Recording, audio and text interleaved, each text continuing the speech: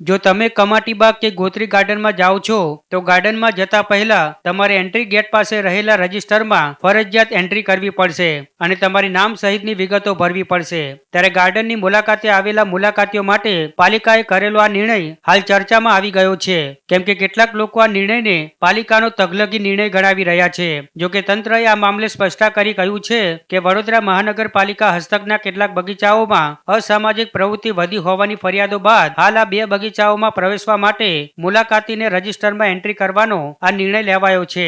શહેરમાં municipal corporation હસ્તક લગભગ 130 બગીચાઓ છે, જેમાં કેટલાક બગીચાઓ અસામાજિક તત્વોનો અડ્ડો થઈ ગયો છે, જેની ફરિયાદો પણ તંત્રને મળી હતી. ખાસ કરીને કમાટી બાગમાં સિક્યોરિટીના જવાનો સાથે ચોક્કસ તત્વો દ્વારા દાદાગીરી કરાતી હતી, જેને લઈ ગાર્ડનમાં આવતી મહિલા અને દીકરીઓની સુરક્ષા અને સલામતીને ધ્યાનમાં લઈ બગીચાઓમાં આવતા મુલાકાતીઓ માટે રજિસ્ટરમાં એન્ટ્રી કરાવવાનો નિર્ણય મ્યુનિસિપલ કમિશનર દ્વારા લેવાયો છે, જેમાં હાલ કમાટી બાગ અને ગોત્રી ગાર્ડનમાં શરૂઆત કરાઈ છે અને આગામી દિવસોમાં બાકીના અન્ય 128 ગાર્ડનમાં નિયમ લાગુ પડાશે. આમ બગીચામાં આવતા લોકોની ઓળખ અને મુલાકાતીઓનો આંકડો જાણી શકાય તે માટે આ નિર્ણય લેવાયો હોવાનું જાણવા મળ્યું છે.